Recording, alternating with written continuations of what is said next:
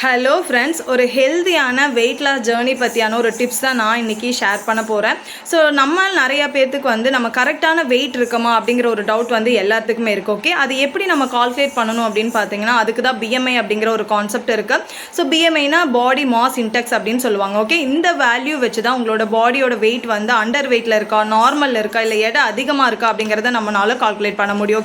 Okay, இது எப்படி calculate பண்ணுறது அப்படின்னு பார்த்தீங்கன்னா, ஸோ இதுதான் formula. BMI is equal to உங்களுடைய weight, okay, total weight divided by பார்த்தீங்கன்னா உங்களோட ஹைட், ஓகேவா, மீட்டரில் ஸ்கொயர்டு, ஓகேவா.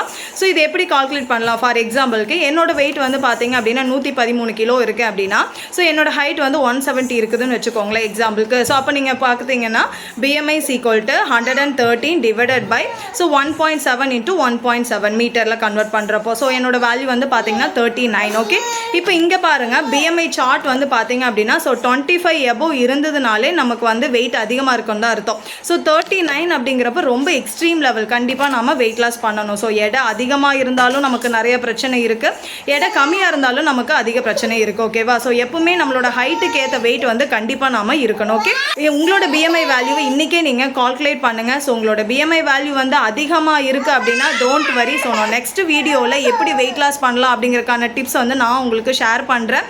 ஸோ அதுக்கு நீங்கள் கமெண்ட்டில் வெயிட் லாஸ் அப்படின்னு கமெண்ட் பண்ணுங்கள். ஸோ நெக்ஸ்ட் வீடியோவில் அதுக்கான கைடன்ஸ் உங்களுக்கு கிடைக்கும் கைஸ். Okay, thank you.